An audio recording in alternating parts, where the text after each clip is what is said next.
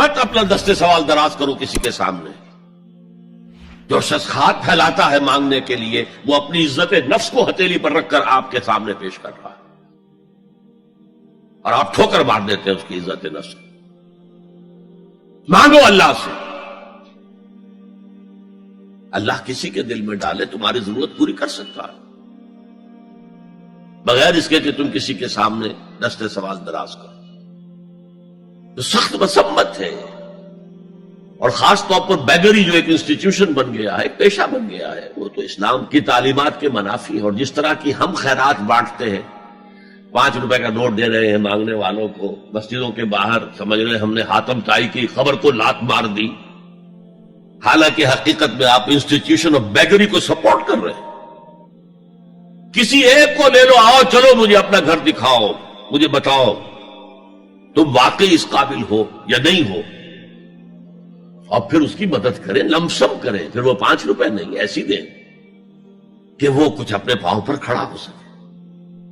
میں نے 1 روپیہ نہیں کہا کہ 1 روپیہ تو اب کوئی شے نہیں رہی، لیکن یہ کہ 5 روپے کا نوٹ بھی آپ نے تقسیم کرنے شروع کر دیے، یہ کیا ہے؟ وَالسَّائِلِينَ وَفِي الرِّقَابِ. لیکن دوسری طرف سائل کو جھڑکنا نہیں ہے. اما السائل فلا تنہر، جھڑکو نہیں. اچھا بھائی نہیں، معاف کرو میرے پاس اس وقت آپ کی مدد کے لیے کچھ نہیں ہے، میں کچھ نہیں کر سکتا. تو ان دونوں کے درمیان اصل میں معاملہ ہونا چاہیے. بلکہ یہاں تک بھی فرمایا سائل کو ضرور دو، چاہے وہ گھوڑے پر سوار ہو کر تمہارے دروازے پہ آیا. کیا پتا اس کی واقعی الجھن کیا ہے. تو سوال کی مذمت اور سائل کو جھڑکنے کی ممانعت. حتی الامکان خالی ہاتھ نہ لوٹاؤ. اس نے اپنی عزت نفس اپنی ہتھیلی پر رکھ کر تمہاری سامنے پیش کر دیا، اسے ٹھوکر نہ مارو. لیکن جیسا کہ میں نے عرض کیا، یہ انسٹیٹیوشن آف بیگری جو ہے یہ ایک علیحدہ شے ہے، بالکل اس کا اس سے کوئی تعلق نہ سمجھیے. وفی الرقاب، رقاب جمع ہے رقبہ، گردن. فک رقبۃ او اطعام فی یوم ذی مسغبۃ یتیما ذا مقربۃ او مسکینا ذا متربہ. فک رقبۃ، کسی کی گردن چھڑا دینا. اس وقت سب سے بڑی ایپلیکیشن اس کی تھی غلاموں کو، کنیزوں کو اپنے پیسے سے خرید کر آزاد کر دینا.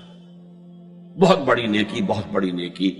اور حضرت ابو بکر رضی اللہ تعالی عنہ کے دفتر فضائل میں سب سے اونچا کام یہ ہے کہ جن غلاموں کو اور جن کنیزوں کو ستایا جا رہا تھا، دیئر اونرز، دیئر ماسٹرز، ان کے آقا کو حق حاصل تھا، جو چاہے کریں ان کے ساتھ. قتل کرنے کوئی پوچھنے والا نہیں ہے. میں پہلے بھی عرض کر چکا ہوں، میری ملکیت ہے، جیسے میری بکری میری ملکیت ہے، میں نے اس کو ذبح کیا، گوشت کھا لیا، تم کون ہوتے ہو پوچھنے والے؟ میرا غلام تھا، میں نے قتل کر دیا، تم کون ہو پوچھنے والے؟ ان کو حضرت ابو بکر نے خرید کر آزاد کیا اور منہ مانگے دام دیے. حضرت بلال کے لیے امیہ ابن خلف نے اتنی بڑی رقم مانگی، حضرت ابو بکر نے کہا ٹھیک ہے لو. باپ نے کہا بھی ابو قحافہ نے، ابو بکر کو کوئی غلام خریدنا ہی تھا تو کوئی طاقتور آدمی جو کام آ سکے کہیں، اس کو خریدنا چاہیے. انہیں کیا پتا ابو بکر کس لیے خرید رہا اور کس کے لیے خرید رہا. آج کے دور میں اس کی اپلیکیشن ہوگی. کوئی شخص جو ہے اگر قرض میں اس طرح جکڑا جائے کہ لاکھ ہاتھ پاؤں مارے نکل نہیں سکتا، اس کو کوئی لمپ سم مدد دے کر اس قابل کیا جائے کہ وہ پھر اپنے پاؤں پر کھڑا ہو جائے. یہ نہیں کہ اسے آپ ہر مہینے کچھ رقم دیتے رہے مینٹیننس کے لیے، نہیں. اس سے تو وہ اسی پوزیشن میں رہے گا. یہ بعض مائنورٹی کمیونٹیز کے اندر یہ معاملہ موجود ہے. کوئی بھائی اگر گر گیا ہے کاروبار میں تو اس کی پھر ایسی مدد کی جائے کہ وہ پھر آپ کی صف میں آ کر کھڑا ہو جائے. Respectable members of your community وہ اس شکل میں پہنچ جائے. یہ بھی فک و رقبۃ اس کی ذیل میں آج کل آئے گا. اب اس کے بعد آیا وَأَقَامَ الصَّلَاةَ وَآتَ الزَّكَاةَ. یہ دو کیا ہیں؟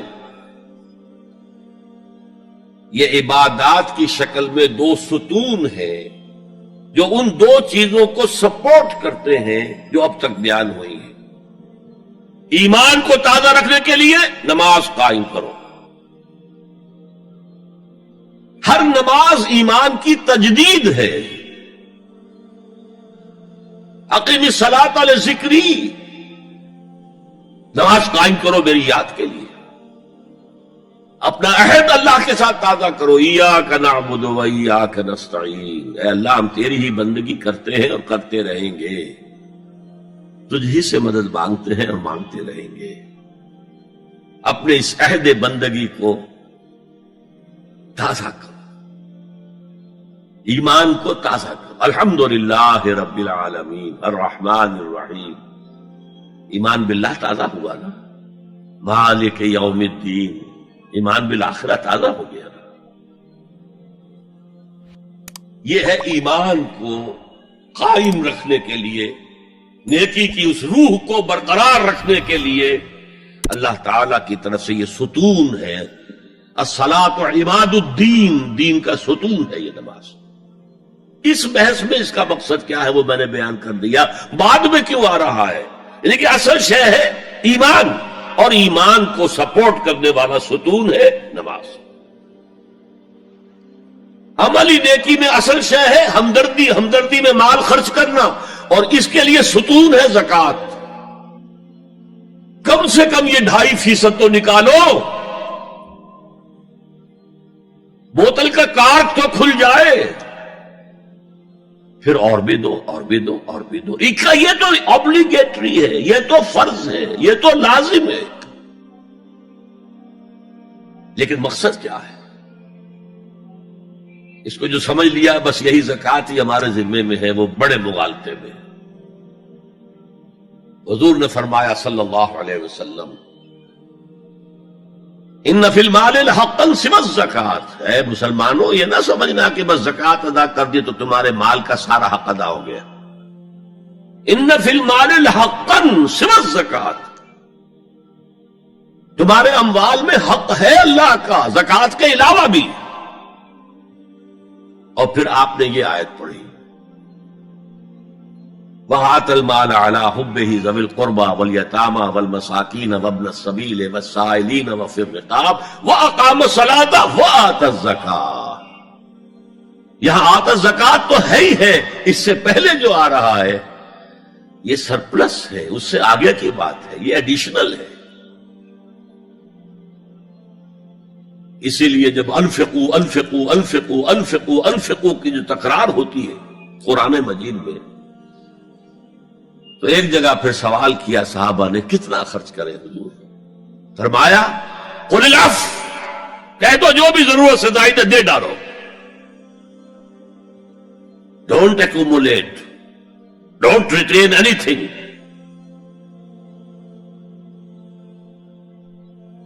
ایک بات آپ سے کہوں، آپ کچھ چونک جائیں گے. حضور نے کبھی زکوٰۃ دی؟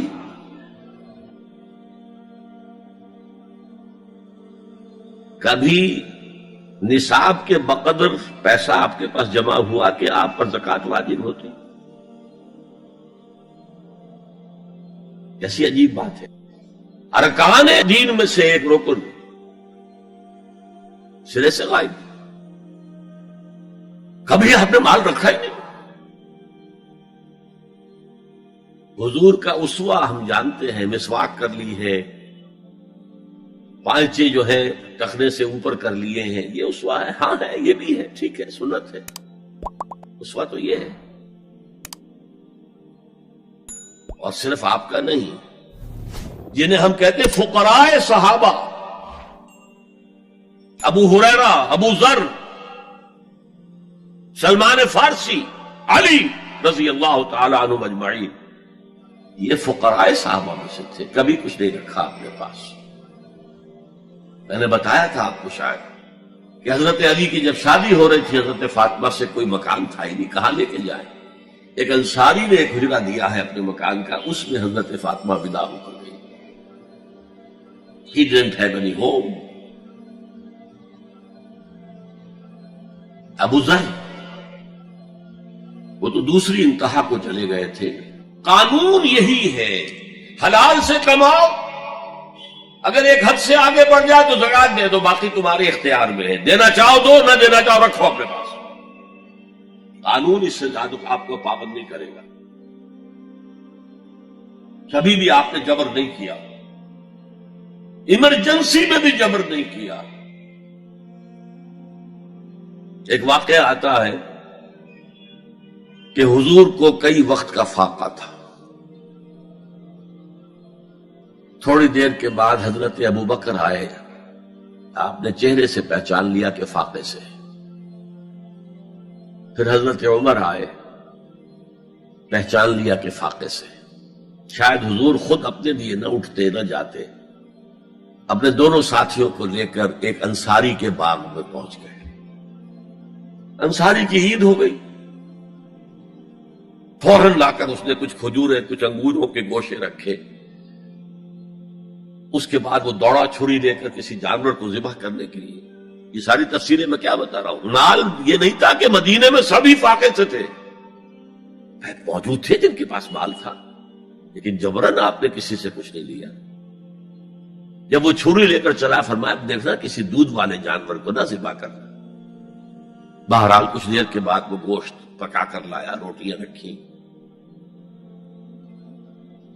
اس کے بعد حضور نے ایک روٹی پر چند بوٹیاں رکھ کر کہا یہ عائشہ کو دے آؤ، اسے بھی کئی وقت کا فاقہ ہے. اور پھر حضرت عمر کی طرف رخ کر کے کہا عمر یہ ہے وہ نعمتیں جس کا حساب دینا پڑے گا اللہ کے ہاں. وَأَمَّا بِنِعْمَةِ رَبِّكَ فَحَدِّثْ، اور یہ جو فرمایا گیا أَلْهَاكُمُ التَّكَاثُرُ میں نعمتوں کا حساب لیا جائے. وَلَتُسْأَلُنَّ يَوْمَئِذٍ عَنِ النَّعِيمِ، فرمایا یہ نعمتیں ہیں. یہ ہے اصل میں انفاق کا معاملہ.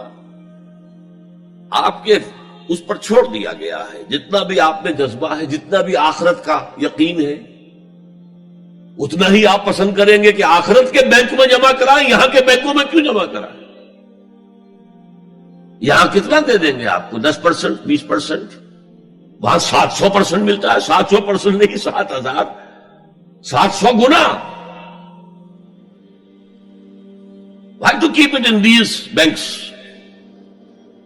حضرت مسیح کا جو پہاڑی کا واس بہت مشہور ہے، سرمن آف دا ماؤنٹ، بڑے پیارے الفاظ ہیں. میں آپ سے اپنا تاثر عرض کیے بغیر نہیں رہ سکتا. جہاں تک مواعظ کا تعلق ہے، جو حضرت مسیح کے مواعظ آئے ہیں، ان سے اونچے واعظ کوئی ممکن نہیں. اسی میں یہ جملہ بھی ہے، دیکھو اپنا مال زمین پر جمع نہ کرو. جہاں چوری بھی ہوتی ہے، ڈاکہ بھی پڑتا ہے، کیڑا بھی خراب کرتا ہے. آسمان پر جمع کرو جہاں نہ چوری کا اندیشہ، نہ ڈاکے کا خوف، نہ کیڑا خراب کر سکے. اس لیے کہ میں تم سے سچ کہتا ہوں کہ جہاں تمہارا مال ہوگا وہیں تمہارا دل ہوگا. مال یہاں ہوگا تو دل اٹکا ہوا ہوگا، اور فرشتے اس طرح گھسیٹ کر کھینچیں گے آپ کی جان کو جیسے کہ سیخ پر سے کباب کھینچا جاتا ہے. اور اگر دل وہاں لگا ہوا ہے جس کے لاکھوں کروڑوں ڈالر سوئس بینکس میں جمع ہیں، اسے کہا جائے نکل جاؤ پاکستان سے، اسے کوئی تکلیف ہوگی؟